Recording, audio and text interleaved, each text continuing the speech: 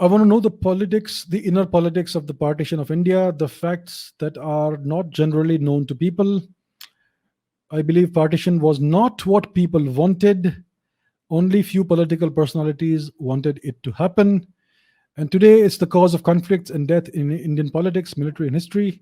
Please bring light on this topic. Very good question, Nivedita. So here's what happened when India was partitioned. The great Khan Abdul Ghaffar Khan said something to Mohandas Gandhi. He told Gandhi that you have thrown us to the wolves. You have abandoned us to our deaths. That's what Khan Abdul Ghaffar Khan told Gandhi. Because Khan Abdul Ghaffar Khan, who was a Pashtun, he had fought his entire life for a unified India. He had started this Khudai Khidmatgar movement of the Pashtuns, a non-violent movement of satyagraha to free India from the British occupation.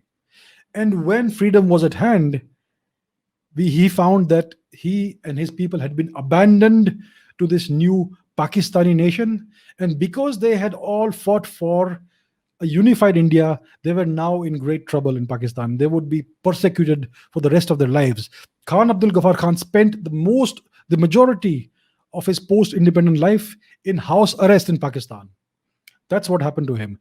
He was a great Indian, despite being a Pashtun, which is an Afghan ethnicity.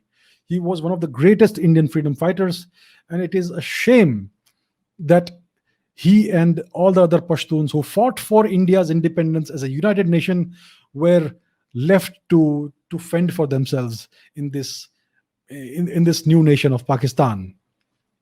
So, as you can see, the Pashtuns fought for a free and united India. They did not want partition. And I dare say that almost nobody in India, in most parts of India, wanted the country to be fragmented in this manner. The lands that India gave up to the west and to the east are our ancestral lands. They have been the lands of our ancestors for at least 10,000 years. And this was given up for what? I don't know for what, right? Why was there no referendum in India that are the people of India willing to give up this land? I mean, that's what you call democracy, right? There was no constitution of India at the time. So it was perfectly fine to have a referendum in India and ask the people of India, what is your will? Are you willing to partition the nation or are you against the partition? But this question was never asked of the people of India. A small number of people, our so called great leaders, got together with the British and decided, yes, we will break India apart into these pieces. And therefore, the partition of India happened. Now, what problem did the partition of India solve? It was supposed to solve the problem of the two nation theory. And the two nation theory is this fake theory that says that the people of India cannot live together as Hindus and Muslims, they have to live apart. So, again, this problem. So Gandhi, Mohandas Gandhi said that he was reluctantly endorsing partition to avoid a civil war. Now, tell me what has happened in the past 70 years. We have had three actual wars with Pakistan, and we now have nuclear missiles pointed at each other. This is an even worse form of civil war. So, partition did not solve anything, right? So, what really happened is that the British had this divide and rule policy, and they had a splinter and leave policy because they did not want India to be united, which would have been deleterious to their long term geopolitical interests in the region, because they still had interests in the Persian Gulf region, in the Arabian region, because there's a lot of oil and natural resources to be extracted from there, and they wanted a part of India, which was Pakistan, to be on their side.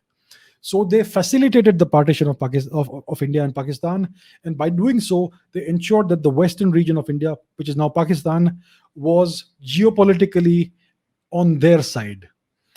And that is the reason why the British wanted to engineer this partition of India.